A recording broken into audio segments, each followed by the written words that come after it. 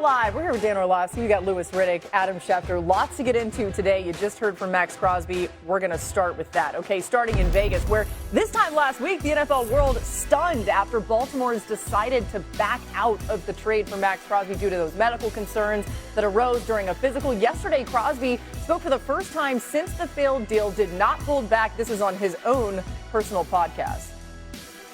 I didn't get to see the GM at all. I thought I was going to see him when I first got there. I didn't see him for 5 hours. I went back up and I dap him up, and I could just tell like the energy was a little bit off. And the GM was standing in like the hall, like in the room next to me to the right. And that was the first time I seen him. And, you know, I'm just in my head, like this is a whirlwind. Like I'm so excited, like fired up. You know what I mean? Like this is a new opportunity, whatever. And you could just tell the energy was off. Like I dapped him up. He had like a blank face. The Ravens guys called me and it's like, yo, we're trying to figure this out. You know, we're gonna get this done. Don't worry. Like 5 minutes later, CJ calls me. It's like, they're backing out. I'm like, holy shit. So I'm like frozen. I'm like, what the f***? I'm livid, confused, the whole nine all in one. Shit happens for a reason. I know exactly who I am. I'm healthy. I'm crushing my rehab. I'm doing what I'm doing. I wasn't supposed to be in Baltimore. And that's it. You know what I mean? I'm meant to be a Raider. It's through my damn core. And that's it. You know what I mean? I'll leave it simple as that. Okay, Louis, a lot to take from that clip. What's your reaction, your first reaction when you hear from Maxx Crosby and just some of the honesty there? It's amazing how important first impressions are, isn't it? Whether you're dealing with someone just on a personal basis, you know, out in public, or you're dealing with someone when it comes to business. And Max could tell right away that something was off with this. Obviously, he's talking about Eric DaCosta, about the way in which he kind of greeted him. You know, Max, when he talked about on that podcast about the long flight, the drive from D.C. up to Baltimore, the fact that he really didn't feel like he was really being, like, courted, like, treated like someone who a team had just given up 2 first-round picks for. And look, I know I've been involved in these kind of situations to where when you're bringing in a player who you really covet and you've given up a lot for, you treat him like a king. You treat him like someone who is going to be a premium primetime player for you. You don't have blank looks on your face. The GM doesn't wait 5 hours until that person has stepped in the building to then go ahead and introduce themselves. That's not how you conduct business like that. And you feel bad for Max because this was a big situation for him. Moving across country, moving your family across country after you have spent your entire career at one place is a big deal. So you should be kind of afforded that kind of respect. So that's number one. Number two, I think when you hear him talk about the fact that he is happy, or rather, I shouldn't say happy, he feels as though he was born to be a Raider and that he's a Raider through and through. I can speak to that. I don't know how it is now out there in Vegas, but I can tell you this. When the team was in Alameda and we were playing in the Oakland Coliseum and guys like Lester Hayes and Mike Haynes and Matt Millen and Fred Biletnikoff and those guys were coming around, and Jack Tatum and George Atkinson, you know what it felt like to be an old school Raider. And it is a sense of pride that is hard to really put into words. And Max has all that. He has all that. You can tell he has it. And you just kind of feel bad for the guy considering everything that he's overcome in his life, in his career, that he had to go through this in the first place. I hope he winds up staying in Las Vegas, to be honest with you. He deserves to be a Raider from beginning to end. I bet you the Ravens wish that Maxx Crosby didn't have his own podcast. Like you were kind of saying. About that. This is a bad look for Baltimore. At least if Max's side of the story is real and true, and we have no reason to think it's not, it's a bad look for Baltimore. I'll kind of flip it forward. I think one, because there's probably a lot of question marks still of like, okay, what is his knee actually like? Yeah. We'll know, I would imagine, because if the Raiders decide to hold him. They're saying it's all on track. That's coming from the surgeon that we know is very credible. Right. And so I would imagine if the Raiders are going to continue to hold on to Maxx Crosby and not move him, that they've got to be confident that he's going to get healthy and get back to the type of player he was. Or if they're going to be overly aggressive in moving him, maybe they have their own doubts. So I think we'll have a little bit of an understanding as this goes. I think the second part is, how does this non-trade impact their timeline in Las Vegas? Because they are without 2 first-round picks that they were thinking they were going to have. And so after all that free agency spending, it was kind of like, could they get competitive in the next year or so? Now without those 2 picks, how do they pivot, at least from what their plan was in the now and maybe in the next 6 to 12 months? Adam, we're all kind of feeling this way that maybe it does make more sense for Maxx Crosby to stay in Vegas. What more can you tell us about what you're hearing about his future there? Yeah. Laura, look, there are a lot of options out there. There are a lot of ways this still can go, but the overwhelming way that it looks like it's trending and tracking right now is for Maxx Crosby to remain a Las Vegas Raider. The trade talk started when he didn't want to be there anymore. And now he himself is saying on his podcast that he does want to be there, that he wants to be a Raider for life. And as long as he wants to be there and other teams wouldn't be willing to give up what Baltimore was in light of what happened here in the last week with the medicals, then clearly the overwhelming likely path here is for him to stay in Las Vegas. He goes back there. This team is tracking with the arrow pointing up right now. Spent a lot of money in free agency, have the number 1 overall draft pick expected to be Fernando Mendoza, have some weapons on offense, and Maxx Crosby obviously would help this team get to the next level. The other added bonus to going back to Las Vegas, and people don't point this out, by coming back from Baltimore to Las Vegas, Maxx Crosby saved over $10 million on his contract because there's no state tax in Nevada. He should be thrilled that he's back there right now because he just made millions by essentially not passing the physical. It works out very well for him, for the Raiders, while the Baltimore Ravens go their own way. Yeah, look at this. I mean, here you go, Max. It's working out better than you thought. I do think, Adam, he probably decides he doesn't really want to be traded when he looks at some of those moves that you're referencing that the Raiders made. It makes sense. They look like a much better team than they were when he even got traded. And if you're here for the pettiness of all this, the Raiders do not play the Ravens next season. Unfortunately, we will not see that. All right, let's check in. That's true. All right, Dan. Let's check in on a Miami team that's signaling they're ready for a rebuild. Moving on from key pieces, the latest being star wideout Jalen Waddle, who's headed to Denver, a major hit to the Dolphins' offense, a big boost for that Broncos passing attack. Let's check in on them and hear a little bit more from Jalen Waddle himself now in Denver. I think I'm just bringing another playmaker to the team, someone that can help out and, try to make plays the best of my ability. It's going to be a fun group. They got a lot of talent, Court, Marv, Troy, Pat, Lil Jordan. I'm here to help in every, fashion, making plays and learning. I'm excited to learn from them and them to learn from me. So it should be fun. It should be great. Hey, Waddle's been one of the most productive receivers in the NFL over the last 4 seasons, averaging 10 yards per target. That's the best in the NFL among 26 players with at least 400 targets since 2022.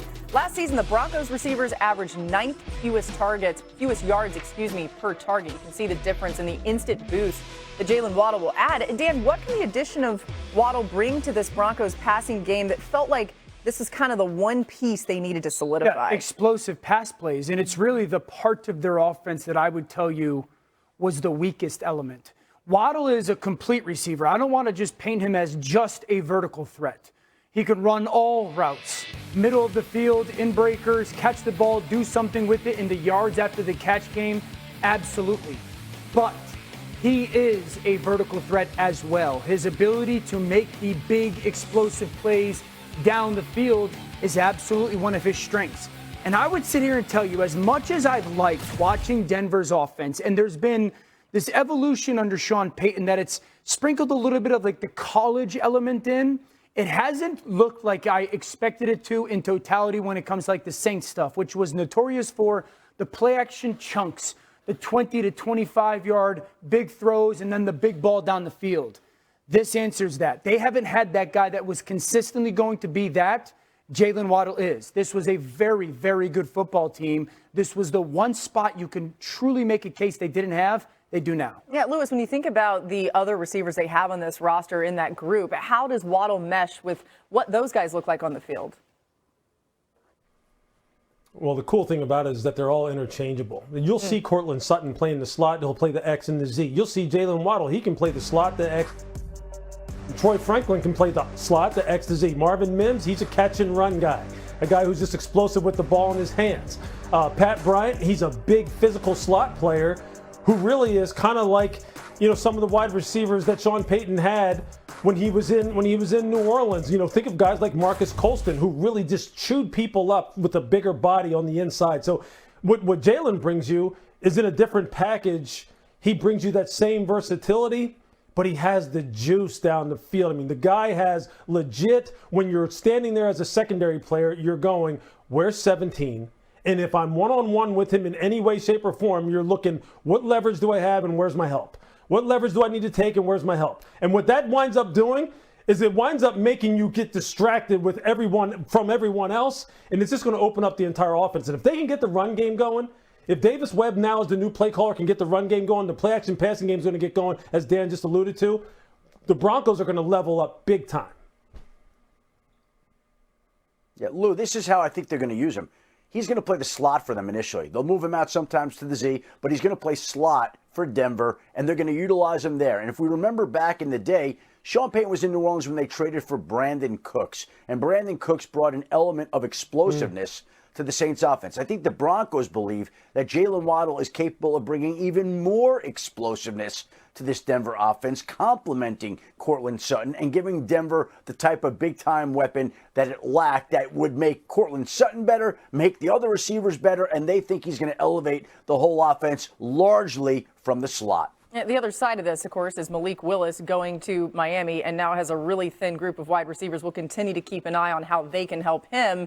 But rebuild, it's going to take a while. We're just getting started on NFL Live. Now, this is interesting. The Patriots will have to fill a big hole in their offense from Stefon Diggs, who's still an unsigned free agent. Last season, Diggs had over 1,000 yards receiving. The next three highest totals by the Patriots receivers were in the 450 to 550 range. Now, New England did add Romeo Doubs in free agency. Mel Kiper Jr. releasing his latest mock draft yesterday has wide receiver Casey Concepcion to New England out of Texas A&M. Lewis, how do you like the fit there for the Pats?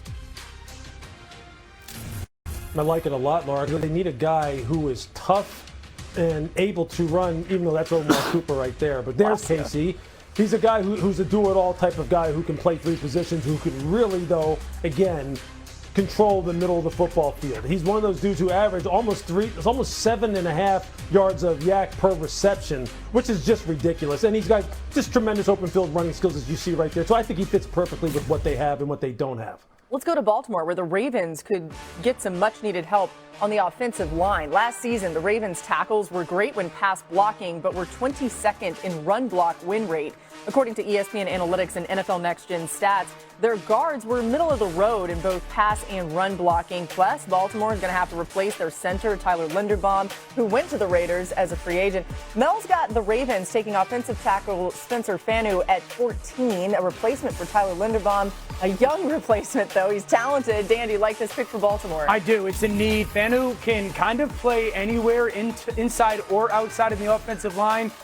The interior of the offensive line for Baltimore is a big issue. It became a weakness last year. I think Fanu's feet, his athleticism, and also remember, Declan Doyle is the new play caller in Chicago Baltimore, who comes from Chicago. Athletic offensive line, being able to pull is going to be a necessity. It's something Fanu can do. I think this is ideal for Baltimore. Finally, to New York, where all eyes are on what they'll do this offseason at quarterback. To say it's been a tough run of quarterback play for the Jets would be an understatement. Each of the last 8 seasons, the Jets have ranked 26 or worse in total QBR as a team.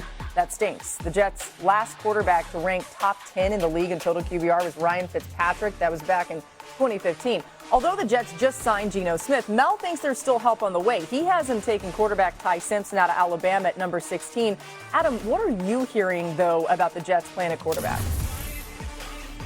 Look, that's always going to be a possibility, Laura, but I think the people around the league seem to think that the Jets will take a quarterback later on, especially with the idea that they have 3 first-round picks next year in the quarterback-rich draft of 2027. That'll be a difficult decision if and when Ty Simpson happens to be there at pick 16, but I think a lot of people believe the Jets need to build up their roster. They have a lot of holes they need to address, and right now the best way to do that would be a pick not on a quarterback, but Ty Simpson is going to be awfully tempting for this New York franchise when its turn rolls around at 16. Yeah, if you ask Dan, they should just keep drafting quarterbacks over and over again over as many years as it takes to get a quarterback that sticks. But specifically on Ty Simpson, I know you're a fan of his. One of the knocks on him that people have is the lack of starting experience. There's a lot of reasons why it happened that way. But do you think that's a big enough issue to say, hey, no, don't draft him that high? I don't. This is probably the thing that I am most interested in talking about leading up to the draft with everybody, because I believe it really should be quality over quantity. We've seen a lot of guys drafted in the NFL that had a tremendous amount of college starts. Some guys have become really good players. Some guys have just become okay. Some guys have been bad. So it's not just, oh, you've got all the necessary starts, and that means that you're going to be good. Quality over quantity, and his tape is so good from a quality perspective. I also think this, and this is what I kind of wanted to talk to with Lewis, and again, I want to talk to everybody about this specifically, is, Lou, do you think we have to maybe evaluate the starts that these quarterbacks, and maybe other guys too, but quarterbacks get differently in this college NIL era, right? Because certain quarterbacks are getting paid a certain amount of money, and that means that's the guy that's going to start for this school because of that, and that means the starter has got to go elsewhere. Is that a valid discussion to be had about why guys may have a certain amount of starts? Yeah, I think it's part of it. I think, you definitely have to do some digging as to why the depth charts play out the way they do, why certain guys don't get on the field. Is it something that kind of transcends the actual meritocracy that is supposed to exist in sports, or is it kind of partly business? I think now with the way NIL has taken off, obviously that's going to be a part of it for sure. Look, I think with Ty, look, I've had this discussion with numerous different people. Okay, the GMs are always trying to mitigate risk, right? They're trying to reduce the risk of being wrong. And one of the data points that they point to the most is number of starts. It's like the number of starts, hand size, height, weight, lower body composition, all these things that are kind of like objective statistics that they can then go back to and say, this is why I took a guy, this is why I didn't take a guy. And whenever I hear that really being thrown out there about a player, I go, well, then why the hell do we watch guys at all? Why don't we just get to the combine, measure them all, and then let them throw, and don't even take into account what they do and what the quality of their tape looks like? Because look, I'm with you on Ty Simpson. His tape, the quality of his tape, whether it be from under center, from the gun, 3-step, 5-step, play action, move the pocket, layered throws, timing throws on the outside, swing passes, halfback wides, Texas, all those kinds of things, running when he needs to, getting hit in the face, having no running game, and continuing to stand in there and fire. I'm going, well, what does all that count for? Yeah. What is all that? How does that look to you? Because, and I guess it would be nice if you had 30 starts instead of 15. Sure. I just don't think he's going to last very long. And I think if he goes to the right place, Dan, and he's to be able to sit behind a good veteran quarterback with a great offensive coordinator and quarterback coach, there's going to be some people who really regret not taking him. That's kind of, I feel. Like, I truly feel the quality of his tape is very much so on par with the guy who's going to be the number one pick, or presumptively, Fernando Mendoza Mendoza out of Indiana. We put up some of the stats of his production in that play-action world where you're throwing the ball down the field, which is kind of what we're seeing a lot in the NFL right now. Right. 6 years ago, it was a ton of RPO and space. Now it's, let's get back under center, let's go play action, let's go chunk. And it does make me ask the question, because of the college football world, okay, well, why was Jalen Milroe the starter at Alabama 2 years ago? And then why is Alabama so dead set on going to Austin Mack? And then where does that leave a guy that some people are like, man, this guy's a really good player? And so I just think that focusing on he doesn't have enough starts, to Lewis's point, it's such a small reason why not to draft the player. It's a lot more complicated than that, right? It was a different offensive coordinator. Jalen Milroe had Tommy Rees as his OC. I think they really liked Milroe's legs and what that brought to that specific offense, that skill group. That factored in a lot. Does that take 5, 6, 7 starts away from him, where he would have been at 22? Probably, exactly. Yeah. I think there's some reality to that. You have to look at some of the college football story and all of this to really get the full picture. Adam, I know you wanted to add on some of this. I'm also curious, are you hearing other teams talk about Ty Simpson and being interested outside of a lot of this conversation around the Jets? Well, the one thing that's become obvious in talking to multiple front offices in recent weeks is that they believe that Ty Simpson will squarely be a first-round pick. And the whole question is, where is he going to go in round one? I know a lot of people had wondered if he would go there. Then he played well enough early on. He was going to be a high one. Then maybe people thought he would fall out. I think it's become obvious in talking to these front offices in recent weeks that it does sound like he is absolutely expected to be a first-round pick, and now we wait to see where he goes. Mel's got him to the Jets at 16. That wouldn't be the first time the Jets have gone Alabama quarterback at 16. They did that with Joe Namath. They did that with Richard Todd. Now we wait to see if they do it with Ty Simpson as well. You know, a lot of the conversation around the lack of starts, I get it. But one number that I think really tells the story about who he is as a quarterback: 5 interceptions in 523 attempts, 21 touchdowns, 1 interception in his first 9 games last season. This guy set an Alabama record for the lowest interception percentage. That's pretty impressive. 2 of those interceptions were on 4th down. Yeah, good point. Exactly. Hey, it would have been even better. He still set the Alabama record. That's the type of quarterback that he was. All right.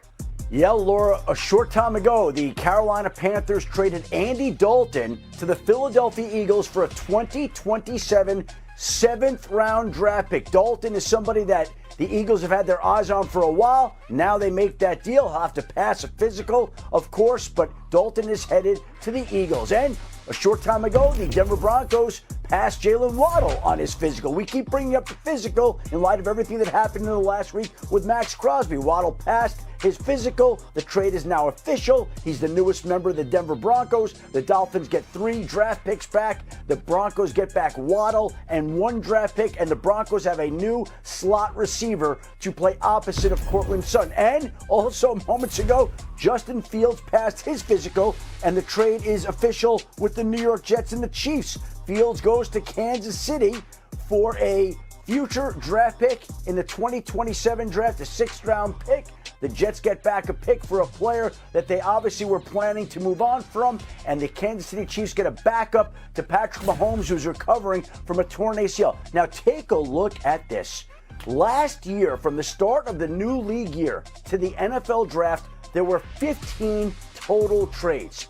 Already, in the last week, since the new year started 1 week ago, there have been 18 trades, including today's trade of Andy Dalton, but not including the one for Maxx Crosby. There already had been 3 more trades this year in 1 week than there were the entire offseason leading up to the draft last year, and we're not done yet. This league has gone trade crazy. It has picked up the intensity of trades. Trades have now become the norm. They've really caught on. This was a league that never did this in the past, but now trades are more prevalent than ever before, and the numbers are there to bear it out.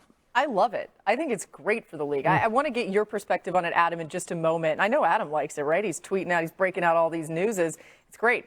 Lewis, it's plural news. Are you right on that? No, I don't think I'm right. Sweet. I'm right.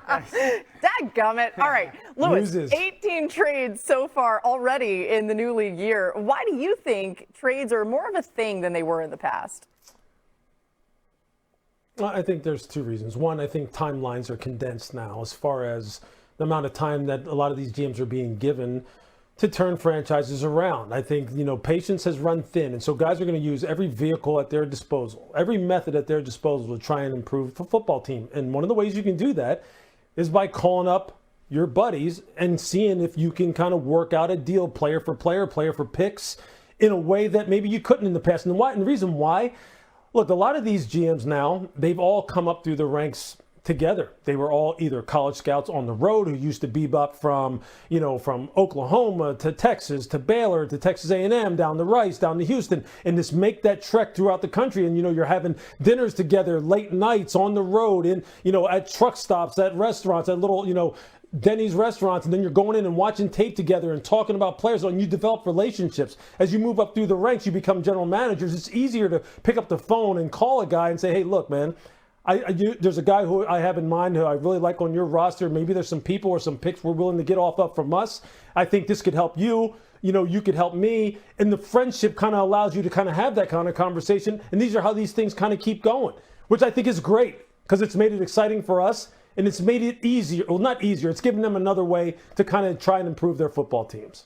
I wonder, so it's certainly a new philosophy. I wonder if it has a little bit to do with the 2027 draft, that everyone continues to just say, as much as you can set your organization up for whether it's picks or cap space or flexible contracts that you can unload or whatnot, young talent, that draft class has got the chance to be one of the best we've seen in a while. I think this is a different alternative to build your team now in regards to waiting on free agency and maybe overpaying free agency. It'd be great to see like a data collection of over the past 5 years of free agency has paid X amount of dollars to all these players. What players do we think prove that contract to be worthy, or kind of the money doled out rather than to a trade.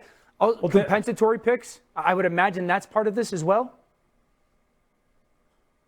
I would say this though. Look, we ourselves at ESPN have put together, research that says that the teams that have been very active in free agency, especially over the past couple of years, who have really come out and made splashes, they have kind of really improved their win total. And that does fly in the face of conventional wisdom. Sure. I've been on teams where we were very active in the first 24, 48 hours, and it didn't turn out to be anything near what you wanted it to be. It's feast or famine. Look, you just have to be very strategic with it when it comes to free agency. But I really do think it's the relationships that exist between these GMs right now that are allowing them to kind of do some of these moves. Well, and so many people changed spots, right? And so now they're saying, okay, well, I trust this player. I know what he's going to bring to the table. I'm going to go ahead and do this. I'm going to bring this guy in. It helps when he knows on the other side that the trade is possible. Adam, you brought this up to us, a full peek behind the curtain. This was something you wanted to get into today. Why do you think this is happening right now in the league? Well, they're talking about the relationships. I think the biggest factor is that we have a new breed of GMs. It's a younger group of GMs. It's a more aggressive group of GMs. And when we look at some of the teams that have had the greatest success, they have not been afraid to make trades. If you see Micah Parsons dealt, if you see Sauce Gardner dealt, if you see Quinnen Williams dealt, then anybody could be dealt at any point in time. General managers, young and eager, they're not afraid to pick up the phone now and say, hey, what would you take for that particular player? We saw it this week with the Denver Broncos and Jalen Waddle. It's a copycat league. And it used to be, in my mind, in my world, the busiest times of the year were free agent week, draft week, and the week when the regular season ended and coaches were fired and hired. In the last few years, what has nudged its way into that list is the trade deadline. I think that right now has become as busy a time as free agency. If we look at the number of trades that have been made at the trade deadline in the last few years, it's skyrocketed. And so teams are used to making trades at the trade deadline. They've continued that into the offseason, into free agency, and the start of the new league year. And there's nothing that these general managers and front offices are afraid of anymore, because the best front offices are being active and aggressive in pursuing trades, so everybody else is. Yeah, it makes me think of, did this start a little bit with almost like, and you guys could speak to it greater than I, but Les Snead. Yeah. And it was like the whole F them picks era. And it worked. And it was all these trades, and it works out for both parties a little bit. And then I think it's a little bit attached to, some individual organizations that realize how good it is right now. I would reference Baltimore and Buffalo. Okay, we've got these quarterbacks. They're MVP winners. They're great players. We can't just sit on our hands. We've got to be, what Adam is referencing is maybe overly aggressive, because I don't want to be the general manager that has this guy and this roster and we don't get it done because maybe I didn't make that move. Go, Adam. The other thing is it's the other way of exploring a way to improve your roster. Teams, I believe, have gotten better and better at identifying young players that they want to keep and sign to long-term extensions. So if they're signing those players, then the free agent market isn't quite as strong. And when the free agent market isn't quite as strong, what can you do to improve your roster? You look to trades. Sure. And so you call teams and start inquiring about players. And that also has contributed to the uptick in trade activity in recent years. Go ahead, Liz. Yeah, there's just two quick things I would say. The one thing that you don't want to do as a GM, though, is mistake activity for achievement, right? You just don't want to be making moves to make moves because everyone else is doing it. But the most important part to me is this. The teams that are really going ahead and really capitalizing on this, it's because they nail the third phase of team building, which is development and utilization. That's what they nail. They are able to not only pull off these trades, but it's the coaching staff that then develop them and utilize these guys are the ones who are really saying, hey, they're making other teams go, hey, I want to get in on that. But you better just make sure that you have the same kind of competency in place to develop and utilize these guys that the teams that are right now knocking it out of the park. You brought up the Bills. I mean, we saw some of this aggressive nature even in the coaching cycle when guys said, listen, we're going to move on from coaches that we didn't necessarily expect to be moved on from. They wanted to make that change in these windows, especially with the quarterbacks. And Adam hinted at it. There's going to be more trades. Maybe A.J. Brown. Maybe there's some names out there. And we'll be all over it here on NFL Live. Coming up on ESPN, quarterback prospects hoping that his arm strength and accuracy. Aller currently ranked as the number 5 quarterback on Mel Kiper's big board. Haven't talked a ton about him once we get past Mendoza and Simpson, but there's a lot to talk about with Drew Aller. When you evaluate him, when you look at the film, Dan, what stands out the most? Oh, gosh, you want to love him. What was that? Because you want to love Aller, or at least I do, because he's everything that physically you would want, and I think mentally. He's big, powerful arm, moves well, can dance in the pocket when need to, and then just make big plays. He's got a gajillion college starts, and everything that you hear, he's a great kid. My hesitation with Aller is there was moments when you're like, I just want you to go take the game over. Just go be the best player in the game in this moment, and that just fell short often. Now, I do think there's going to be people that watch the Penn State tape and be like, oof, they were not nearly as talented, specifically on the outside, as a lot of people would think because of its being Penn State. He's got a lot of physical tools, but I think the biggest question mark is, who are you when the game is on the line and you got to be your very best? A lot of hype around Aller and that team going into the season, to your point, Dan. Lewis, what's your main concern when you look at Aller's tape? Yeah, it's consistency. It's consistency in the big moments, as Dan is alluding to.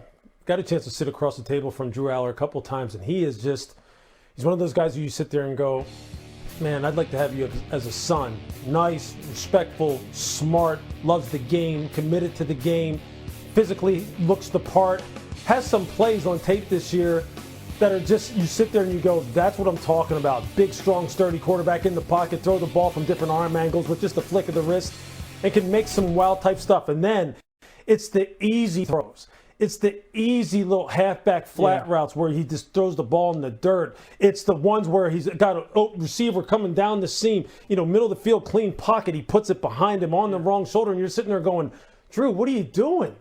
And then, like the interception to Dylan Thieneman at the end of the Oregon game, should have never threw the football. Right. Didn't even look like he wanted to throw it, but he threw it anyway because he was so locked in on it. He just threw it anyway, and you're going, you can't. And then I just don't even know if he has an explanation for those kinds of things. And that's something that's going to make you look. If you're a GM and you're a coach, you're sitting there going, how do I trust that? And how do I get that out of him? How do I get him away from that? And do I even want to spend the time doing it? I think those are the questions you have to ask yourself. Yeah, I think that interview process with him is going to be fascinating. I would love him at a place, probably second, third round, like a Pittsburgh, a Cleveland, just because he comes across as like that big-armed, powerful, throw it down the field type of quarterback. There's a lot of physical talent there. And there's a lot of experience. I think you just got to figure out how to get him to be that consistent. The play's got to match the potential. That's the reality. Play has to match his potential. I mean, it's worth remembering, like, they moved on from James Franklin. I'm not trying to blame him for everything, but there could have been some things. And their receivers at Penn State, I'm not trying to be mean. Oh, my Lord. Rough. I mean, I wasn't trying to be mean either, but I think we were a little mean. Maybe we were just being honest. All right, coming up next here on NFL Live, we got a lot to get to.